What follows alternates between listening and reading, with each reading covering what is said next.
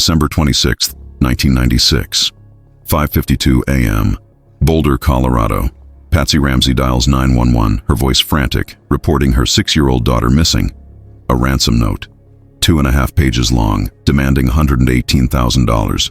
But 8 hours later, John Ramsey finds JonBenét's body in the basement of their own home. She'd been there the entire time. The case that would captivate the world for decades had just begun. And at the center of it all, overlooked for years, was something so simple, so mundane, that investigators almost missed it entirely. A bowl of pineapple, fresh pineapple, sitting on the kitchen table, with fingerprints belonging to 2 members of the Ramsey family, and a partially digested piece of that exact same pineapple found in JonBenét's stomach during autopsy. This single piece of evidence may hold the answer to one of America's most haunting unsolved mysteries. This is the story of how a bowl of fruit became the most critical clue in the JonBenét Ramsey case, a clue that challenges everything we thought we knew about that tragic Christmas night. Before we unlock this investigation, make sure to subscribe to True Crime Vault and hit that notification bell. We dive deep into the evidence that others overlook, bringing you detailed analysis of cases that deserve to be remembered. New investigations every week. And if you're already familiar with the JonBenét Ramsey case, I guarantee you've never heard it examined quite like this. Hit that like button and drop a comment with your thoughts as we go through this evidence together. Now let's go back to the beginning and examine every detail of this case, because the devil, as they say, is in the details. And in the JonBenét Ramsey case, those details paint a picture that becomes more complicated the closer you look. The Ramsey family seemed to have it all. John Ramsey, a successful businessman, CEO of Access Graphics, a computer services company that had recently achieved over $1 billion in revenue. Patsy Ramsey, a former Miss West Virginia from 1977, devoted mother of 2, active in her community and her children's lives. Their son Burke, 9 years old at the time, a quiet boy who loved video games and building things. And JonBenét, their 6-year-old daughter, a child beauty pageant competitor with a smile that lit up every room she entered, blonde hair, bright eyes, and a personality that everyone who knew her described as magnetic. They lived in a sprawling 15-room Tudor-style mansion at 755 15th Street in Boulder, Colorado, an upscale neighborhood where violent crime was virtually unheard of. The house itself was massive, over 7,000 square feet, with multiple floors, winding staircases, and a basement that few visitors ever saw. It was the kind of house that spoke of success, of the American dream realized. Christmas lights decorated the exterior. Inside, presents were still under the tree. It should have been a time of joy and celebration. Christmas Day 1996 was, by all accounts, a normal family celebration. The Ramseys had spent the day at home, opening presents, enjoying each other's company. That evening, they attended a party at the home of Fleet and Priscilla White, close family friends who lived nearby. The party was festive, full of Boulder's well-to-do families celebrating the holiday together. JonBenét played with other children. Burke spent time with his friends. John and Patsy mingled with their social circle. Everything seemed perfectly normal, perfectly ordinary. The Ramseys left the Whites' home around 9:30 p.m. Multiple witnesses confirmed seeing them leave, seeing the children in the car. According to both John and Patsy's initial statements to police, both children had fallen asleep in the car during the short drive home. John carried JonBenét inside, her head resting on his shoulder, still wearing the black velvet pants and red sweater she'd worn to the party. He took her directly upstairs to her second-floor bedroom. Patsy said she partially undressed JonBenét and put her into her pajamas while the little girl remained mostly asleep, never fully waking. Burke, they said, came inside and went straight to his room, straight to bed, exhausted from the long day of Christmas activities. The parents then, according to their account, prepared for their early morning trip. They were scheduled to fly to Charlevoix, Michigan, the next morning to visit John's older children from his previous marriage. Patsy said she did some last-minute packing, made sure everything was ready for their 6:30 a.m. departure. John said he read some work materials, checked a few things for the trip. Both parents claimed they were in bed by around 10 p.m., maybe 10:30 at the latest. The house was quiet. Everyone was asleep. The family settled in for the night, or so the story went. But something happened between the time the Ramseys returned home that night and 5:52 the next morning. something that would end JonBenét's life and launch one of the most controversial criminal investigations in American history, something that involved pineapple. When Patsy Ramsey came down the spiral staircase at approximately 5:45 a.m. on December 26th, she found 3 pages of lined paper arranged on the lower stairs. She picked them up and began to read. What she read sent her into a panic. The note claimed to be from a small foreign faction that had kidnapped JonBenet. It demanded $118,000 in cash, provided elaborate instructions for the ransom drop, and threatened to kill JonBenet if the Ramseys contacted police or didn't follow instructions exactly. Patsy's scream woke John. He came downstairs, read the note, and they immediately checked JonBenet's room. Her bed was empty. The window was open. To the Ramseys, in that moment of panic, it must have seemed clear. Their daughter had been kidnapped. Despite the ransom note's explicit warning not to contact police, Patsy dialed 911 at 5:52 a.m. The 911 call itself has been analyzed thousands of times over the years. Patsy's voice is frantic, nearly hysterical. She tells the operator her daughter has been kidnapped. There's a ransom note. She needs help immediately. The operator tries to keep Patsy on the line, asking questions, but Patsy is clearly panicked. At the end of the call, there's a moment where Patsy apparently thought she'd hung up the phone, but the line remained open for several more seconds. Some analysts claim you can hear voices in the background during those seconds, possibly including Burke's voice, which would contradict the claim that he was asleep in his room.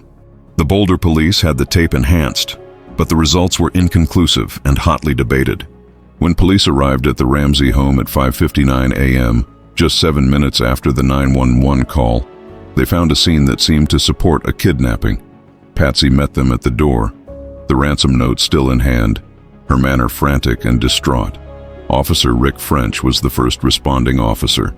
He immediately began securing the scene, but his actions, and the actions of other officers who arrived shortly after, would later become some of the most criticized aspects of the case. Officer French conducted an initial search of the home. He checked JonBenet's bedroom, which showed no signs of struggle. Her bed appeared to have been slept in, covers pulled back. He checked Burke's room, finding the boy apparently asleep. He searched the main floor, checked doors and windows. He even went to the basement, opened the door to the wine cellar where JonBenet's body lay, and called out. But the room was dark, and he didn't see anything unusual, so he closed the door and continued his search. This decision, not entering that room and conducting a thorough search, would haunt the investigation forever. The Boulder Police Department was, frankly, out of its depth from the beginning. Boulder was and is a relatively safe college town. The police department handled perhaps 1 homicide per year, usually domestic situations or bar fights gone wrong. They had never dealt with anything like this, a kidnapping of a child from a wealthy family, with a bizarre ransom note and a crime scene in one of Boulder's most exclusive neighborhoods, was beyond their experience. More critically, the responding officers treated the situation as a kidnapping, not a homicide. They didn't secure the house as a crime scene. They allowed John and Patsy to use the phone to move around the house freely. When friends began arriving, called by the Ramseys for support, they were allowed into the home. Fleet and Priscilla White arrived. John Fernie and his wife arrived. Reverend Roll Hoverstock arrived. People were walking through the house, touching things, using bathrooms, making coffee in the kitchen. The crime scene, if indeed it was a crime scene, was being contaminated with every passing minute. Detective Linda Arndt arrived around 8 a.m. She was the primary detective on scene for most of that morning, and she would later testify to a growing sense of unease about the situation. The ransom note didn't make sense to her. Kidnappers don't write lengthy notes inside the victim's home after the kidnapping. The amount demanded, $118,000, was oddly specific. When she learned it was nearly identical to John Ramsey's recent bonus, her suspicions deepened. The note referenced John's Southern common sense, even though John was from Michigan. It was Patsy who was from the South. The handwriting looked feminine. The paper and pen used to write the note came from inside the house, from a pad in the kitchen. But the protocol for kidnapping cases was to wait for the ransom call. The note said the kidnappers would call between 8 and 10 a.m., so they waited. 8 a.m. came and went. 9 a.m., 10 a.m. No call came. The tension in the house grew unbearable. Detective Arndt suggested that John Ramsey and Fleet White search the house again, top to bottom, looking for anything unusual, anything that might provide a clue. At 1:05 p.m., more than 7 hours after police arrived, John Ramsey and Fleet White went to the basement. They checked the train room, a large open area where Burke played. They checked various storage areas. Then John walked to a small room in the far corner of the basement, a room the family called the wine cellar, though they didn't actually store wine there. Fleet White had checked this room earlier, found it latched from the outside, opened it, seen nothing in the darkness, and moved on. But when John Ramsey opened that door, he immediately cried out. There, on the white blanket on the floor, was JonBenét. John Ramsey's scream brought Fleet White running. John rushed into the room, picked up his daughter's body, and carried her upstairs. This action, while completely understandable from a father's perspective, destroyed critical evidence. He contaminated the crime scene, disturbed the body's position, and made it impossible for investigators to document exactly how JonBenét had been found. Detective Arndt saw John coming up the stairs carrying JonBenét.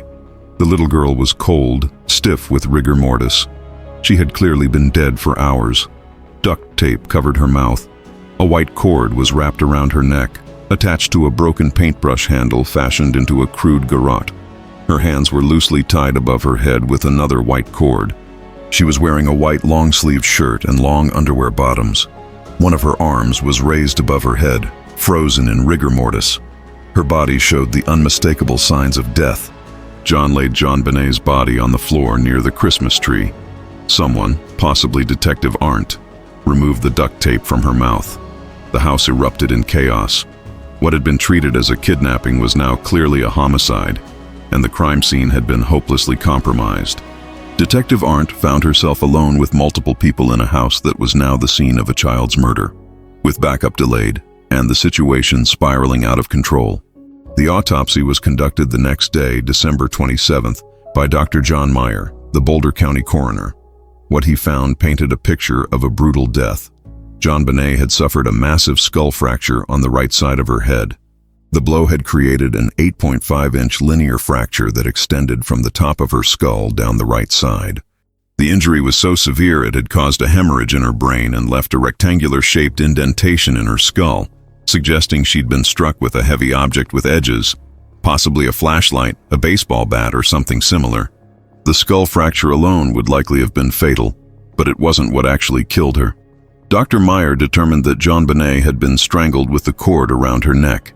The cord was thin, white, and had been twisted tight using the broken paintbrush handle as a garrote.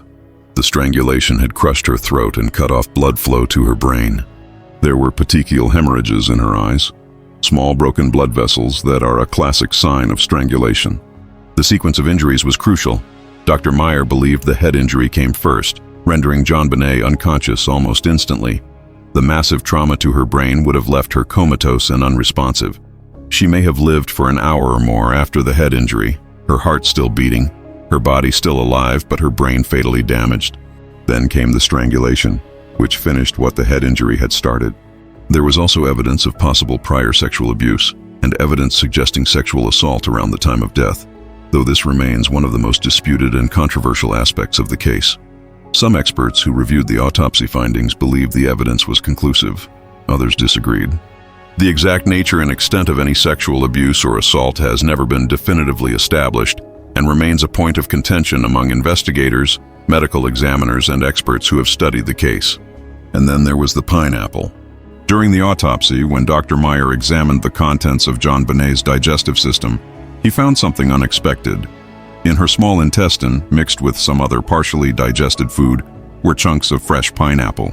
The pineapple was relatively undigested, still recognizable, which allowed Dr. Meyer to estimate approximately how long before death JonBenét had eaten it. Based on the state of digestion and his knowledge of how quickly the human digestive system processes food, particularly in a child, Dr. Meyer estimated JonBenét had eaten the pineapple approximately 1.5 to 2 hours before her death. Possibly as little as 1 hour, possibly as much as 3 hours, but most likely in that 1.5 to 2 hour window. This seemingly minor detail, a piece of fruit in a child's stomach, would become one of the most significant and troubling pieces of evidence in the entire investigation, because of what investigators found in the Ramsey kitchen.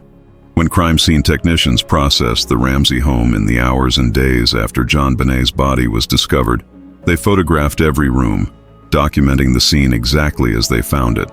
In the breakfast room, adjacent to the kitchen, sitting on the wooden table, was a white ceramic bowl. Inside the bowl were chunks of fresh pineapple mixed with a few grapes. Next to the pieces of fruit in the bowl was a large spoon, more of a serving spoon than an eating utensil. The bowl was just sitting there on the table, as if someone had been eating from it and simply walked away. The pineapple in the bowl appeared fresh, not canned. It looked like it had been cut recently and placed in the bowl from the refrigerator. There was no indication it had been sitting out for an extended period. It was just there, waiting. A mundane piece of evidence that would take on enormous significance as investigators began to piece together the timeline of JonBenét's last hours. Crime scene investigators collected the bowl and the spoon as evidence. They processed both items carefully for fingerprints, knowing that whoever had handled these items might have been one of the last people to see JonBenét alive. The results of the fingerprint analysis were striking and deeply problematic for the Ramsey family's version of events. Patsy Ramsey's fingerprints were found on the bowl, clear identifiable prints that proved she had touched it. Burke Ramsey's fingerprints were also found on the bowl. Again, clear and identifiable. His fingerprints were also on the glass that was sitting near the bowl. No fingerprints belonging to JonBenét were found on the bowl or the spoon, which was unusual if she had been eating from it. And critically, no unidentified fingerprints were found on either item. No evidence of an intruder's presence on the bowl of pineapple. Let that sink in for a moment. Process what this evidence actually means. The last thing JonBenét Ramsey ate before she died was fresh pineapple. That pineapple was in her digestive system, which means she ate it 1 to 2 hours before her death. A bowl of that exact same fresh pineapple was sitting on the kitchen table in her home. The only fingerprints on that bowl belonged to her mother Patsy and her 9-year-old brother Burke. And when investigators asked the Ramsey parents about the pineapple, about how it got there, about who served it, about whether JonBenét had eaten any, both John and Patsy Ramsey claimed they had no knowledge of it. When investigators first asked John and Patsy Ramsey about the pineapple during their initial interviews, their responses were remarkably consistent with each other and remarkably evasive. Both parents denied giving JonBenét pineapple that night. Both parents claimed they had no knowledge of the pineapple being served. Both parents maintained that JonBenét had been asleep when they arrived home and had never woken up, never gone downstairs, never eaten anything. During her formal interview with Boulder police detectives in April 1997, 4 months after JonBenét's death, Patsy Ramsey was shown the crime scene photograph of the bowl of pineapple sitting on her kitchen table. The detective asked her if she recognized it. Patsy looked at the photograph for a long moment and said she didn't remember putting it there. She couldn't explain why her fingerprints were on the bowl. She suggested maybe she'd touched the bowl earlier in the day, maybe the pineapple had been left out from earlier, but she had no specific memory of it. When pressed further, asked directly if she had given JonBenét pineapple that night, Patsy said no. When asked if JonBenét could have gotten the pineapple herself, Patsy said she supposed it was possible, but she didn't think so. When asked who else might have given JonBenét pineapple, Patsy said she didn't know. The questioning went in circles, with Patsy unable or unwilling to provide any explanation for how the pineapple got there or who served it to JonBenét. In a televised interview with Barbara Walters years later, Patsy was again asked about the pineapple. She was shown the same crime scene photo. This time she claimed she didn't even recognize the bowl, despite it being a bowl from her own kitchen, a kitchen she had used daily for years. This response struck many observers as either incredibly defensive or incredibly suspicious. How could a mother not recognize a bowl from her own kitchen? How could she not remember something that could help explain her daughter's final hours? John Ramsey's responses were similar. He told investigators he had no knowledge of the pineapple. He didn't remember seeing it on the table. He didn't remember serving it. He didn't remember JonBenét eating it. He suggested that perhaps she had gotten up during the night and fixed herself a snack. But he acknowledged that seemed unlikely for a 6-year-old. He had no explanation for how the pineapple got there or who gave it to JonBenét. The Ramseys' inability or refusal to explain the pineapple became one of the most frustrating aspects of the investigation for detectives. Here was physical evidence, documented and irrefutable, that directly contradicted the parents' account of the evening. If JonBenét had been asleep when they arrived home and never woke up, as they claimed, she couldn't have eaten the pineapple. The medical evidence proved she had eaten it shortly before her death. Someone had to have been with her when she ate it. Someone had to have served it or prepared it or been present while she consumed it. And the only fingerprints on that bowl belonged to her mother and brother. This is where the timeline of events becomes absolutely crucial to understanding why the pineapple is so significant. According to the Ramsey parents' version of events, here's what happened. The family arrived home from the Whites' party around 9:30 p.m. Both children were asleep. John carried JonBenét upstairs and put her to bed. Burke went to his room and went to sleep. The parents stayed up briefly, doing last-minute preparations for their trip, then went to bed themselves around 10 or 10:30 p.m. Everyone was asleep. The house was quiet. Nothing unusual happened. The next thing they knew, Patsy woke up around 5:45 a.m. and found the ransom note. But the pineapple tells a different story, a story the Ramseys have never been able to adequately explain or account for. If JonBenét ate pineapple 1.5 to 2 hours before her death, we need to establish when she died to understand when she ate it.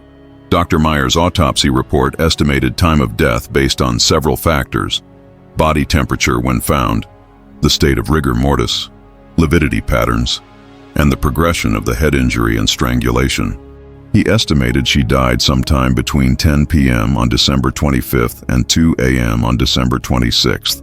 Most experts who have studied the case believe the actual time of death was probably between midnight and 2 a.m., based on all available evidence. If JonBenét died around midnight to 2 a.m. and she ate pineapple 1 to 2 hours before death, that means she ate the pineapple sometime between 10 p.m. and midnight.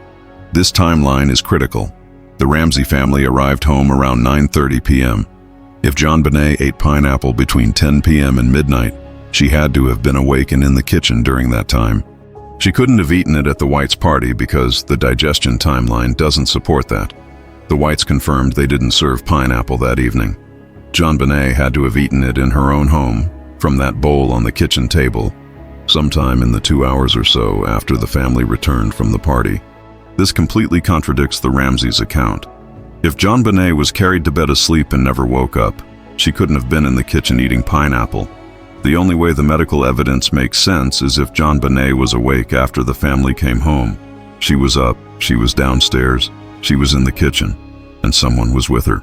The pineapple didn't serve itself. Someone prepared it, or got it out of the refrigerator, or handed it to JonBenét. Someone was in that kitchen with her while she ate it. And given that Patsy and Burke's fingerprints are on the bowl, one or both of them were involved in the pineapple being served. Now, there are innocent explanations for this. Perhaps Patsy, despite her denials, did give JonBenét some pineapple earlier in the evening, and JonBenét came back downstairs later and ate more of it. Perhaps Burke was still awake, got himself some pineapple, and JonBenét woke up and joined him. Perhaps JonBenét wasn't as deeply asleep as her parents thought, woke up shortly after being put to bed, and came downstairs looking for a snack. But here's the problem.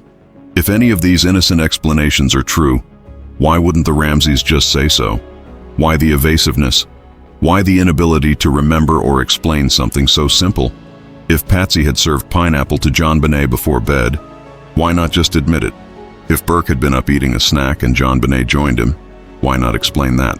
The Ramseys' refusal to provide any explanation for the pineapple is, to many investigators and observers, highly suspicious. Burke Ramsey's statements about the pineapple, or lack thereof, are particularly interesting. As a 9-year-old in the immediate aftermath of his sister's death, Burke was interviewed multiple times by child psychologists and investigators. In these interviews, he was asked about the evening of December 25th, about what he remembered, about his activities. Initially, Burke said he went straight to bed when the family got home and didn't wake up until the next morning. He said he didn't know anything about pineapple. But over the years, Burke's account has shifted in small but significant ways. In interviews conducted when he was older, Burke acknowledged he didn't go straight to sleep that night. He admitted he stayed up playing with a toy he'd gotten for Christmas. In his 2016 interview with Dr. Phil McGraw, nearly 20 years after JonBenét's death, Burke made his most detailed comments about that night. He acknowledged being awake after his parents thought he'd gone to bed. He acknowledged being downstairs at some point. He didn't explicitly say he was in the kitchen or that he prepared the pineapple, but he acknowledged the possibility that he might have been up and around when others thought he was asleep. When Dr. Phil showed Burke the crime scene photograph of the bowl of pineapple and asked him about it directly, Burke's reaction was telling. He smiled awkwardly, a nervous habit he displayed throughout the interview when discussing difficult or uncomfortable topics. He said the bowl looked familiar. He said he liked pineapple. He acknowledged his fingerprints were on the bowl, but he wouldn't say definitively whether he had prepared it or eaten from it that night. He gave vague responses. I don't know. Maybe. I guess. Responses that neither confirmed nor denied his involvement with the pineapple. Burke's fingerprints on the bowl prove he touched it at some point. The question investigators have grappled with is when and under what circumstances did he get up in the middle of the night, after his parents were asleep, and make himself a snack? Did JonBenét wake up and hear him in the kitchen and come downstairs? Did they sit together at the table eating pineapple in the quiet hours after midnight? And if so, what happened next? The theory that gained the most traction among certain investigators, particularly Detective Steve Thomas, who worked the case extensively, goes something like this. JonBenét wasn't as deeply asleep as her parents believed when they arrived home, or she woke up shortly after being put to bed. She came downstairs and found Burke in the kitchen, eating a snack of pineapple. Perhaps she took a piece of his pineapple without asking. Perhaps they argued over it. 9-year-old boys can be very territorial about their food, especially with younger siblings who have a habit of taking things without permission. In a moment of anger, maybe frustration, maybe just typical sibling conflict that went too far, Burke struck JonBenét with something hard. The object used to strike JonBenét has never been definitively identified, but investigators focused on a black flashlight that was found on the Ramsey kitchen counter that morning. The flashlight was large, heavy, made of metal, the kind of flashlight that could easily cause the kind of skull fracture JonBenét suffered. Interestingly, the flashlight had been wiped completely clean of fingerprints, both inside and outside, including on the batteries. Someone had very deliberately cleaned this flashlight, which struck investigators as highly suspicious. Why would an innocent family member wipe down a flashlight so thoroughly? According to this theory, Burke hit JonBenét with the flashlight. The blow was catastrophic, fracturing her skull and rendering her unconscious immediately. Burke, realizing something terrible had happened, panicked and called for his parents. Or perhaps Patsy or John heard the commotion and came downstairs to find JonBenét unconscious on the floor and Burke in a state of panic. The parents faced an impossible decision. JonBenét was clearly severely injured. They may not have realized immediately how bad the injury was. Perhaps they thought she was still alive, still savable. But calling 911 would mean police, paramedics, questions about what happened, potential criminal charges against Burke. Even if it was an accident, even if there was no intent to seriously harm, a 9-year-old had struck his sister hard enough to fracture her skull. The legal ramifications, the social implications, the media attention, the potential destruction of their family, all of this would have been racing through their minds. Or perhaps, as some experts have suggested, JonBenét's injury was so severe that she was clearly dying or already brain dead, though her heart was still beating. In that case, calling 911 might have seemed pointless, serving only to implicate Burke and destroy what remained of their family. So, according to this theory, they made a decision. They would stage a crime scene that pointed away from Burke, away from the family, toward an outsider, an intruder. They moved JonBenét to the basement. Patsy, or possibly John, though most investigators believe it was Patsy, wrote the ransom note. The note was designed to explain JonBenét's absence, to create the appearance of a kidnapping, to give the family time to compose themselves and figure out their next steps. But JonBenét, though unconscious from the head injury, was still alive. Her heart was still beating. The staging needed to be complete. This is the most horrific part of this theory, the part that's almost impossible to contemplate. Someone fashioned a garrote from cord and a broken paintbrush, items found right there in the basement. Someone placed that garrote around JonBenét's neck and strangled her, possibly believing she was already dead, possibly knowing she wasn't. The strangulation completed what the head injury had started. The sexual abuse evidence was either part of previous abuse, a staging element to make it look like a sexual predator had killed JonBenét, or a result of attempts to clean her body or check for injuries. The exact explanation for this evidence remains one of the most debated and disturbing aspects of the case. The rest of the staging followed: the duct tape on her mouth, the loose binding of her wrists, the white blanket wrapped around her body. all of it designed to create the appearance of a kidnapping and murder by an intruder. Then, after hours of staging, cleaning, preparing, Patsy made the 911 call, and the nightmare scenario the parents had tried to avoid began anyway. This theory explains the pineapple. It explains why no one would admit to serving it. Burke had served it to himself. JonBenét had eaten some. An argument or accident followed. The parents discovered what had happened and made a terrible choice to protect their surviving child. The pineapple was a loose end, a piece of evidence that didn't fit the intruder narrative, so it simply went unacknowledged, unexplained. This theory also explains the ransom note. Patsy wrote it, which is why handwriting experts found similarities to her writing. She wrote it over an extended period, which is why it's so long and detailed. She included personal details like the $118,000 amount because she knew those details. She used phrases from movies because she was making it up as she went along, drawing on pop culture references for how kidnap notes should sound. The note was written on paper from the house because there was no intruder. It was written by someone who lived there. The pen was returned to its container in the house for the same reason.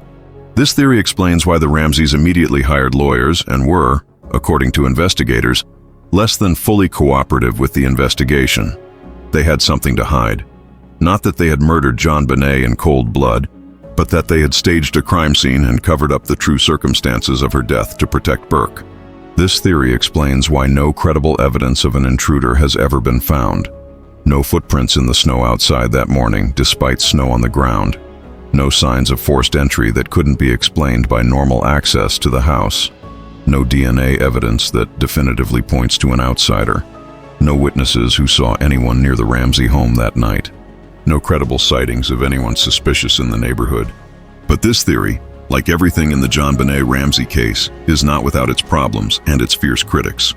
The Ramsey family and their attorneys have always maintained, adamantly and consistently, that this theory is completely false. They point to DNA evidence found on JonBenét's underwear and long underwear, on her body and under her fingernails. This DNA, which has been tested multiple times with increasingly sophisticated technology, appears to belong to an unknown male. It doesn't match any member of the Ramsey family. It doesn't match anyone in any criminal database. It remains unidentified to this day. In 2008, District Attorney Mary Lacy wrote a letter to the Ramsey family officially apologizing for the years of suspicion and declaring them cleared based on new DNA testing.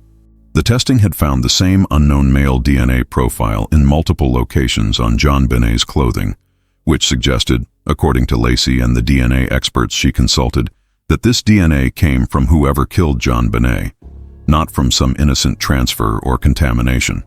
However, and this is crucial, many investigators and forensic experts dispute the significance of that DNA. The amount of DNA found was very small, what's called touch DNA. Touch DNA can be transferred through simple contact, or even through secondary transfer, where DNA from one person is transferred to another person or object without direct contact. The underwear JonBenét was wearing that night was brand new, taken from a package of unopened underwear. Touch DNA from a factory worker who handled the underwear during manufacturing could easily explain the unknown DNA.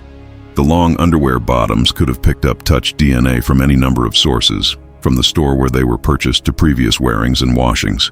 Moreover, the amount of DNA found was so small that it couldn't be used for traditional DNA testing. Only newer, more sensitive touch DNA analysis could detect it, and touch DNA evidence is notoriously difficult to interpret. Contamination is easy. Transfer is easy.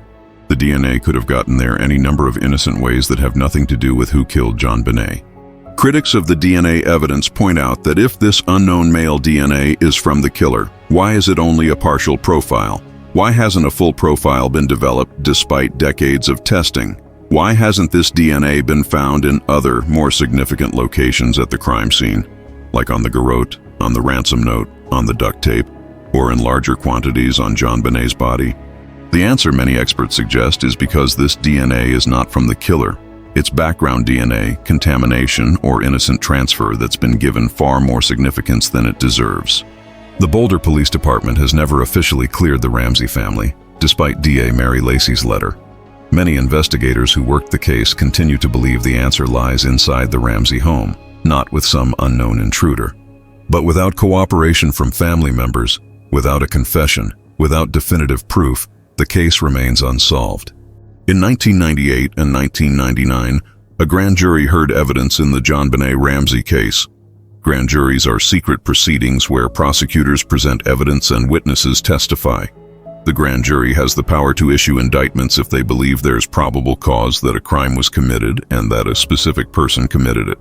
The JonBenét Ramsey grand jury heard from over 100 witnesses and reviewed thousands of pieces of evidence. They met for over a year. In October 1999, the grand jury reached a decision, but District Attorney Alex Hunter refused to sign any indictment, stating publicly that there wasn't sufficient evidence to prosecute the case and win a conviction beyond a reasonable doubt. For 14 years, the public assumed the grand jury had declined to indict anyone. But in 2013, following a lawsuit and court order, the grand jury documents were released. The truth was shocking. The grand jury had voted to indict both John and Patsy Ramsey, not for murder, but for child abuse resulting in death and for being accessories to a crime. The indictment language was carefully worded, stating that John and Patsy Ramsey did unlawfully, knowingly, recklessly, and feloniously permit a child to be unreasonably placed in a situation which posed a threat of injury to the child's life or health, which resulted in the death of JonBenét Ramsey.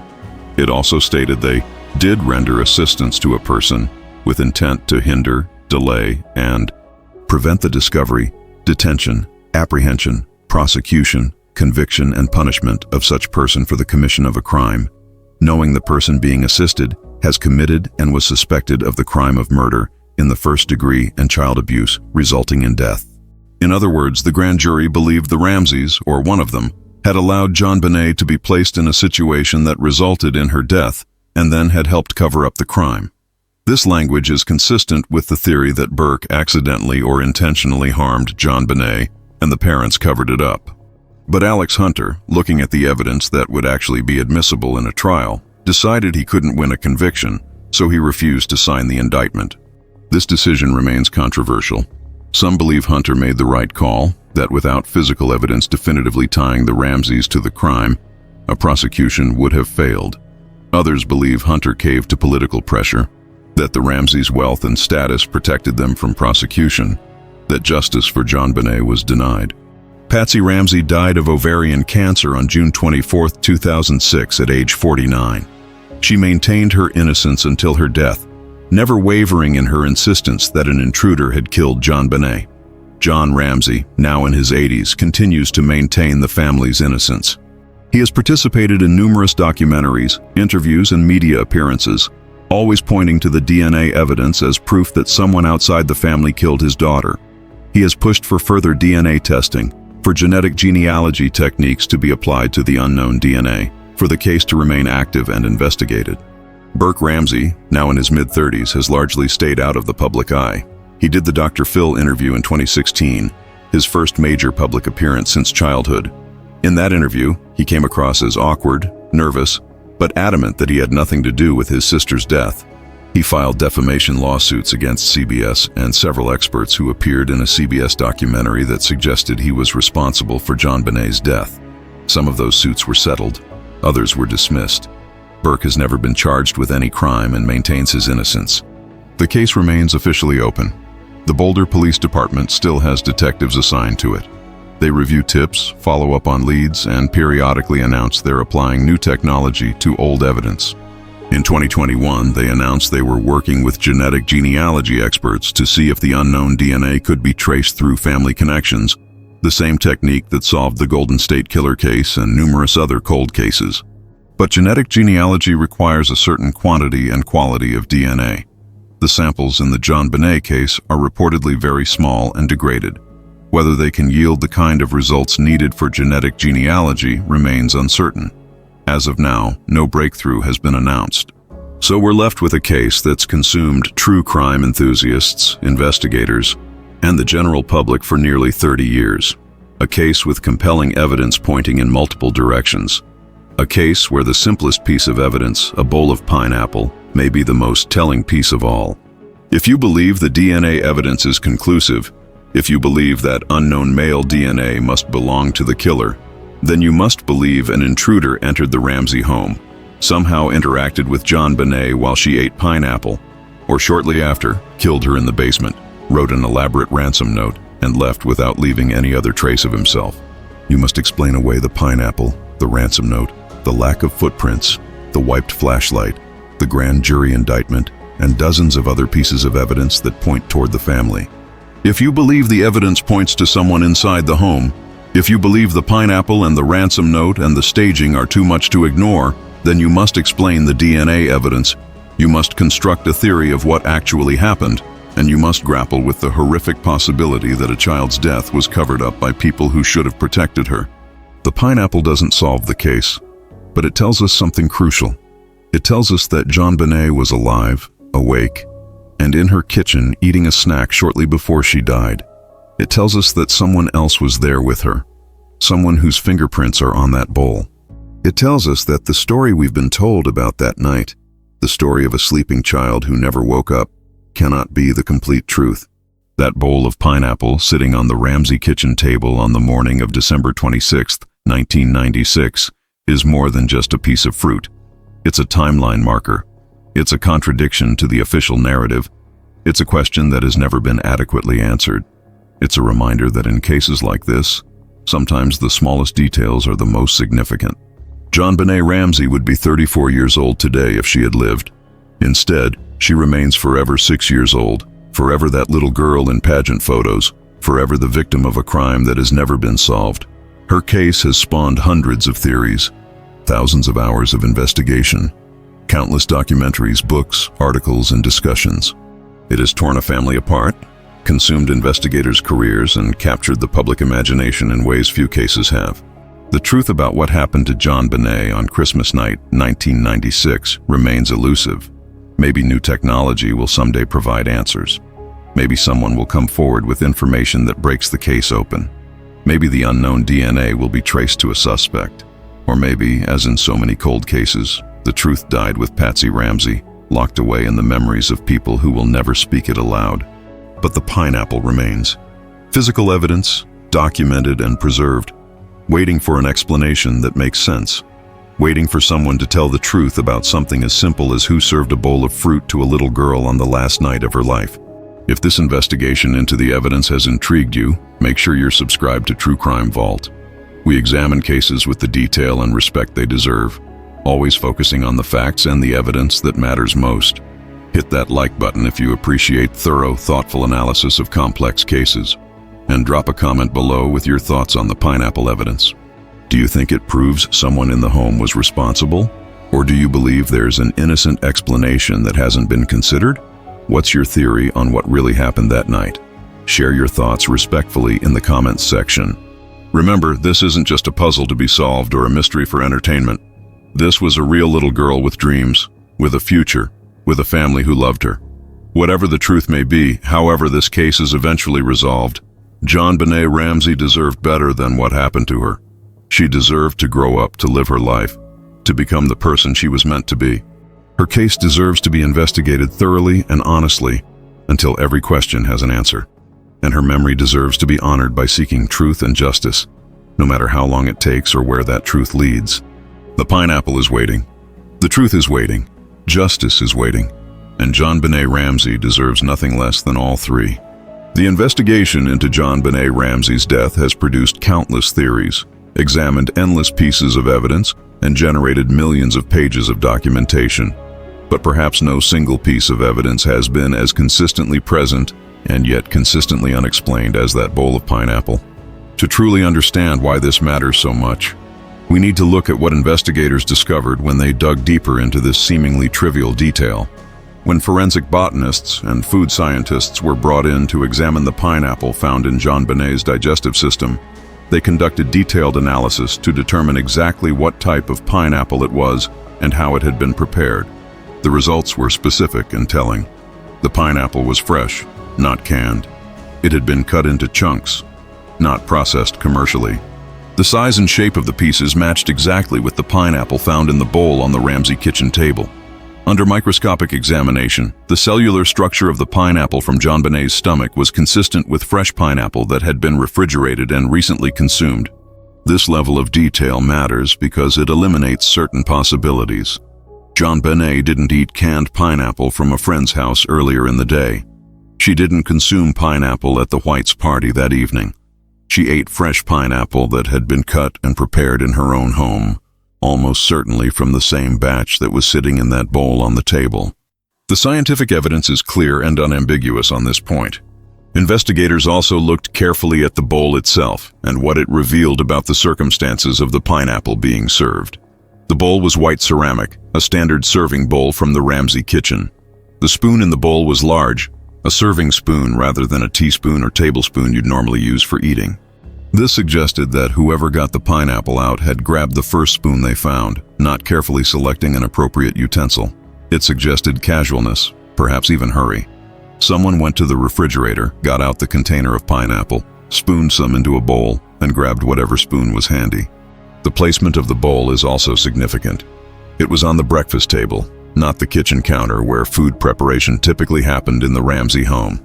The table was in the breakfast nook area, a casual eating space where the family would sit for informal meals or snacks. This suggests JonBenét wasn't just grabbing a quick bite while standing at the counter. She was sitting down at the table, eating. This takes time. This suggests comfort and normalcy, not a rushed or frightened situation. The amount of pineapple in the bowl also tells us something. There was still a significant amount left, suggesting whoever prepared it either made more than they intended to eat or was interrupted before finishing. If Burke prepared it for himself and JonBenét joined him, perhaps they were interrupted by something. Perhaps an argument started. Perhaps one of them left the table suddenly. The abandoned bowl, still containing food, suggests the eating session ended abruptly. Investigators interviewed the Ramseys' housekeeper, Linda Hoffman-Pugh, extensively about the family's habits and routines. She confirmed that the Ramseys did keep fresh pineapple in the house regularly. She confirmed that JonBenét loved pineapple and would often ask for it as a snack. She confirmed that Patsy knew how to prepare it and did so frequently. This wasn't some unusual food that rarely appeared in the Ramsey home. This was a regular snack item that JonBenét would have been familiar with and comfortable eating. Linda Hoffman-Pugh also told investigators something else interesting. She said that Burke sometimes had issues with JonBenét taking his food or his toys. He could become irritated when she touched his things or took something he considered his. This is normal sibling behavior, especially between a 9-year-old and a 6-year-old. But in the context of the pineapple evidence, it takes on potential significance. If Burke was eating pineapple and JonBenét came over and started eating from his bowl, taking his food without permission, it could have sparked the kind of sibling conflict that unfortunately escalated into tragedy. The timeline constructed by investigators based on all available evidence suggests the following sequence of events. The Ramsey family arrived home at approximately 9:30 p.m. The parents believed both children were asleep or nearly asleep. John carried JonBenét upstairs. Patsy partially undressed her and put her in pajamas. Burke, according to his later admissions, didn't actually go straight to bed. He stayed up, possibly in his room playing with toys, possibly downstairs at some point. Patsy has said she stayed up doing some last-minute tasks, getting ready for the early morning trip. She said she went to bed around 10 or 10:30 p.m. John said roughly the same thing. Both parents claimed they were in bed by 10:30 p.m. at the latest and didn't hear anything unusual during the night. But something happened between 10 p.m. and midnight. During this window, JonBenét ate pineapple in the kitchen. The medical evidence is clear on this. She consumed it approximately 1 to 2 hours before her death. If we estimate her death at somewhere between midnight and 1 a.m., which is consistent with most expert analysis, then she ate the pineapple between 10 p.m. and 11 p.m., possibly as late as 11:30 p.m. This means that during the time the parents believed everyone was asleep, JonBenét was awake and downstairs. Either she woke up on her own and went to the kitchen, where she encountered Burke or where she got food herself, or she was never as deeply asleep as her parents thought and came downstairs shortly after being put to bed. In either case, someone served her pineapple or was present while she ate it, because the fingerprints on the bowl tell us that Patsy and Burke both handled it. Here's where one of the most controversial aspects of the investigation comes into play. Child psychologists who reviewed Burke's interviews and behavior noted some concerning patterns. Burke showed what they described as inappropriate affect during his interviews. He smiled and even occasionally laughed when discussing his sister's death, which struck investigators as unusual. However, Child psychologists explained that this could be a stress response, a way of coping with overwhelming emotion, not necessarily an indication of guilt or lack of feeling. Burke also showed what some experts felt was an unusual lack of curiosity about what had happened to his sister. Most 9-year-olds would be asking questions, wanting to know what happened, expressing fear or sadness. Burke seemed oddly detached from the whole situation, more interested in his toys and video games than in discussing JonBenét. Again, this could be a coping mechanism, a child's way of dealing with trauma by retreating into familiar comforts. Or it could suggest that Burke knew more than he was saying and was deliberately avoiding the subject. In interviews conducted shortly after JonBenét's death, Burke was asked to draw pictures of his family and his house. Child psychologists often use drawing exercises to help children express things they might have difficulty verbalizing. In some of Burke's drawings, he included all family members except JonBenét. When asked why his sister wasn't in the picture, he gave vague answers or changed the subject. Whether this was significant or simply the normal behavior of a traumatized child remains a matter of debate. One particularly interesting piece of evidence that connects to the pineapple involves Burke's bedtime routine. According to statements from both parents and the housekeeper, Burke often had trouble sleeping and would sometimes get up during the night.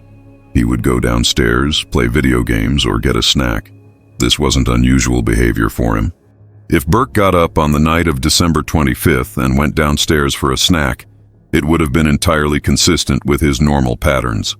The flashlight found on the Ramsey kitchen counter has always been a focal point of investigation because it's believed by many experts to be the weapon that caused JonBenét's skull fracture. This flashlight was a large, heavy Maglite-style flashlight, metal construction, the kind that could easily serve as a weapon. Tests conducted by forensic experts confirmed that this flashlight could have caused the exact type of injury JonBenét suffered. The rectangular pattern of the skull fracture was consistent with being struck by the cylindrical body of the flashlight.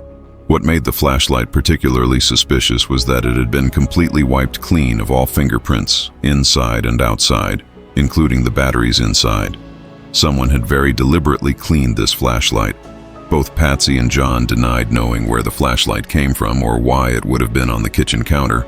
They claimed it wasn't their flashlight, though it was found in their kitchen.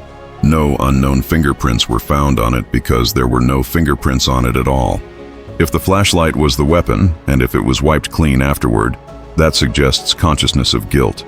That suggests someone knew this flashlight had been used to harm JonBenét and took steps to remove any evidence connecting them to it. The flashlight being in the kitchen, where the pineapple was also located, creates a potential scene. Burke and JonBenét in the kitchen. Pineapple on the table. A flashlight nearby. An argument or conflict. A blow struck in anger or frustration.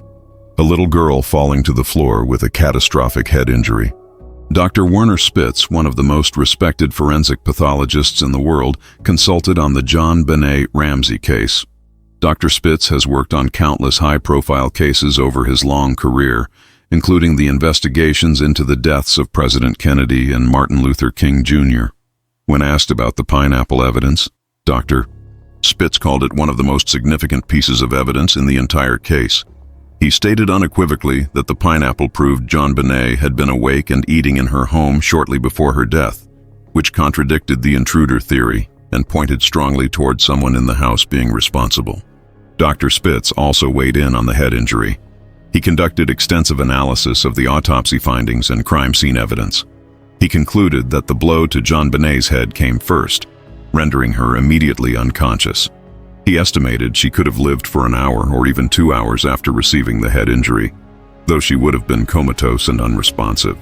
The strangulation, he believed, came later, possibly an hour or more after the head injury. This sequence is important because it suggests time between the initial injury and the death. Time for someone to realize what had happened, to panic, to make decisions, to stage a scene. If JonBenét was struck at around 11 p.m. and died around midnight or 1 a.m., that's 1 to 2 hours of activity in the house while her parents were presumably asleep upstairs. Or 1 to 2 hours of parents being involved in staging and cover-up if they were aware of what had happened. The ransom note, which has been analyzed by countless experts over the years, contains some very specific linguistic markers that point toward Patsy Ramsey as the author. The handwriting analysis was inconclusive, with different experts reaching different conclusions. But linguistic analysis, which examines word choice, phrasing patterns, and writing style, showed significant similarities to Patsy's known writing samples. The note uses the phrase "and hence" at one point, an unusual phrase that Patsy had used in other writing.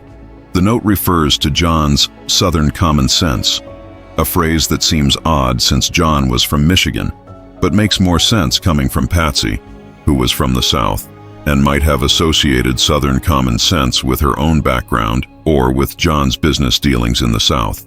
The note's overall tone, with its dramatic flourishes and movie references, struck many analysts as feminine and theatrical, consistent with Patsy's personality and interests. The length of the note is also significant. Ransom notes are typically brief, just a few sentences stating the demands and warnings. The JonBenét Ramsey ransom note is 2.5 pages long, filled with unnecessary details, movie quotes, and dramatic language. This suggests someone who had time to write, who wasn't in a hurry, who felt comfortable enough to sit in the Ramsey home for an extended period composing this note. An intruder would have written something quick and left. Someone in the home staging a kidnapping scene would have had all night to craft a detailed note. The practice note is another crucial piece of evidence that often gets overlooked. Before writing the final ransom note, someone wrote a practice version on another sheet of paper from the same pad. The practice note started with Mr. and Mrs. Ramsey before being abandoned. The final note started with Mr. Ramsey. This practice attempt suggests someone was nervous, unsure of what to write, practicing to get it right. Again, this points away from a confident intruder and toward someone in the home, probably Patsy, trying to compose a believable ransom note while under extreme stress. The amount demanded, $118,000, has always been suspicious. This was almost exactly the amount of John Ramsey's recent bonus from his company. The number was so specific that it had to come from someone with intimate knowledge of the Ramsey family finances. An intruder wouldn't know this amount. Even if an intruder had been stalking the family and somehow learned about John's bonus, why demand exactly that amount? Why not demand a round number like $100,000 or $150,000? The specificity points strongly towards someone in the family writing the note. When the Ramseys were asked about their cooperation with police, or lack thereof, John and Patsy have said they were following their attorney's advice. They hired lawyers almost immediately after JonBenét's body was found, which is their right, and arguably a smart decision regardless of guilt or innocence. However, their level of cooperation became a point of contention. They didn't sit for formal police interviews until 4 months after JonBenét's death in April 1997. When they did finally agree to interviews, they set conditions, including having their attorneys present and limits on how long and how frequently they could be questioned. Boulder police detectives felt the Ramseys were being evasive and uncooperative. The Ramseys felt they were being unfairly targeted and needed legal protection. The truth probably lies somewhere in the middle. Innocent people absolutely have the right to legal representation and should exercise that right. But the delays and conditions did make it harder for investigators to gather time-sensitive information and follow up on leads while memories were fresh. Burke was also represented by attorneys from very early in the investigation. He was interviewed multiple times, but always with strict limitations on what could be asked and how he could be questioned, given his age. This is entirely appropriate when dealing with a child, especially a child who might be traumatized by his sister's death. But it also meant investigators never got to question Burke the way they would question an adult suspect or witness. The grand jury proceedings, which lasted over a year, heard from numerous experts who testified about the evidence in the case. While the exact testimony is sealed and confidential, enough information has leaked over the years to give us a sense of what the grand jurors heard. They heard from handwriting experts who couldn't eliminate Patsy as the ransom note author. They heard from forensic pathologists who explained the head injury and strangulation. They heard about the pineapple and the timeline it established. They heard about the lack of intruder evidence and the problems with the intruder theory. The grand jury's decision to indict on child abuse resulting in death rather than murder is telling. This suggests they believed the initial harm to JonBenét might not have been intentional murder, but rather an accident or act of violence that went too far. The charge of being accessories to a crime suggests they believed the parents helped cover up what happened, rather than necessarily being the ones who directly caused JonBenét's death. This fits with the Burke as perpetrator theory, with the parents covering up to protect their son. However, Alex Hunter's refusal to sign the indictment shows the challenge of actually proving this theory in court. Without physical evidence definitively tying any specific person to the crime, without a confession, without witnesses, the case would have been incredibly difficult to prosecute. Defense attorneys would have torn apart the circumstantial evidence. The DNA evidence, however questionable its significance, would have created reasonable doubt. The case might have resulted in an acquittal, which would have meant no one could ever be prosecuted for JonBenét's death due to double jeopardy protections. Over the years, several experts have proposed alternative theories about the pineapple. Some have suggested that JonBenét might have eaten pineapple earlier in the day and that the digestion timeline is less precise than stated. However, Dr. Meyer was very clear in his autopsy report about the state of digestion, and subsequent experts who reviewed his findings agreed with his timeline. The pineapple was eaten in the hours shortly before death, not earlier in the day. Others have suggested that an intruder could have fed JonBenét pineapple to keep her calm or quiet.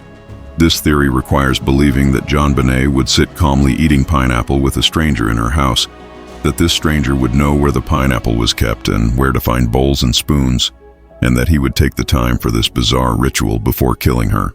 It also doesn't explain Patsy and Burke's fingerprints on the bowl, or why the parents couldn't explain the pineapple. Some have even suggested that the pineapple might have been planted or contaminated evidence. However, this theory has no support from any credible source. The pineapple was photographed in place, collected properly, and analyzed thoroughly. There's no evidence of tampering or planting. The most logical explanation, the one that fits all the evidence, is the simplest one. JonBenét was awake after the family came home. She went to the kitchen, where Burke was having a snack of pineapple. She either joined him or took some of his pineapple. Sometime shortly after eating the pineapple, within an hour or two, something terrible happened to JonBenét. Whether it was an accident or intentional, whether Burke was responsible or someone else, whether the parents were involved from the beginning or only discovered what happened after the fact, these are questions the pineapple alone cannot answer. But what the pineapple does tell us with scientific certainty is that the story we've been told about that night is incomplete. The impact of this case extends far beyond the Ramsey family. The media coverage of JonBenét's death was intense and often irresponsible. The case became a tabloid sensation. JonBenét's beauty pageant photos were shown constantly on television. Speculation about the family was rampant. The Ramseys were tried in the court of public opinion long before any legal proceedings occurred. This media circus made it even harder for investigators to do their jobs and for the family to grieve and cooperate with authorities. The case also changed how child beauty pageants were viewed by the American public. Many people who had never thought much about child pageants suddenly found them disturbing, seeing JonBenét's pageant photos and videos as a form of exploitation. Whether this criticism is fair is debatable, but there's no question that JonBenét's death sparked a national conversation about the sexualization of children and the appropriateness of beauty pageants for young girls. For investigators, the JonBenét Ramsey case became a cautionary tale about crime scene management and the importance of proper protocols in the first hours of an investigation. The mistakes made by Boulder police in those initial hours are now taught in police academies as examples of what not to do. The case led to reforms in how police handle crime scenes involving children and how they approach potential crimes against children within families. Today, nearly 30 years after JonBenét's death, her case remains one of the most famous unsolved murders in American history.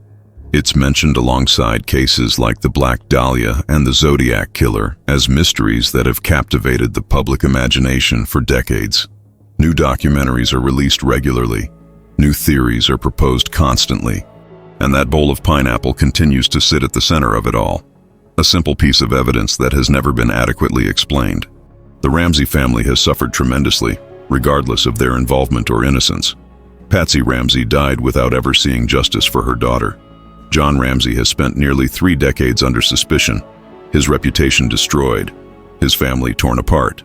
Burke Ramsey grew up under the shadow of his sister's death and the accusations against his family. If they are innocent as they maintain, the injustice they've suffered is profound. If they are not, they've lived with guilt and secrets for decades. JonBenét herself has become almost a mythical figure, frozen in time as a 6-year-old beauty queen. We see her smiling in pageant videos, singing and dancing, full of life and energy. We see her Christmas morning photo from 1996. just hours before her death, opening presents under the tree with Burke. These images of life make her death even more tragic and the lack of justice even more frustrating. The pineapple evidence stands as a testament to the importance of physical evidence in criminal investigations. It cannot be explained away. It cannot be disputed. It exists as a documented fact that contradicts the official narrative of what happened that night. It demands an explanation that has never been provided. It remains, after all these years, one of the most critical and most troubling pieces of evidence in a case full of critical and troubling evidence. As technology advances and investigative techniques improve, there remains hope that someday, somehow, this case will be solved. The DNA evidence may yield results through genetic genealogy. A witness may come forward with new information. Someone may confess. Or perhaps the truth will never be fully known, and JonBenét's death will remain one of those mysteries that haunts us precisely because we can see the shape of what might have happened, but can never quite grasp the full truth. What we can say with certainty is this: JonBenét Ramsey ate fresh pineapple in her kitchen on the last night of her life. Someone was with her when she ate it, that someone left fingerprints on the bowl, and that someone has never explained what happened in those final hours before a beautiful 6-year-old girl was found dead in her own basement. Her childhood ended, her future stolen, her death still calling out for truth and justice nearly 3 decades later.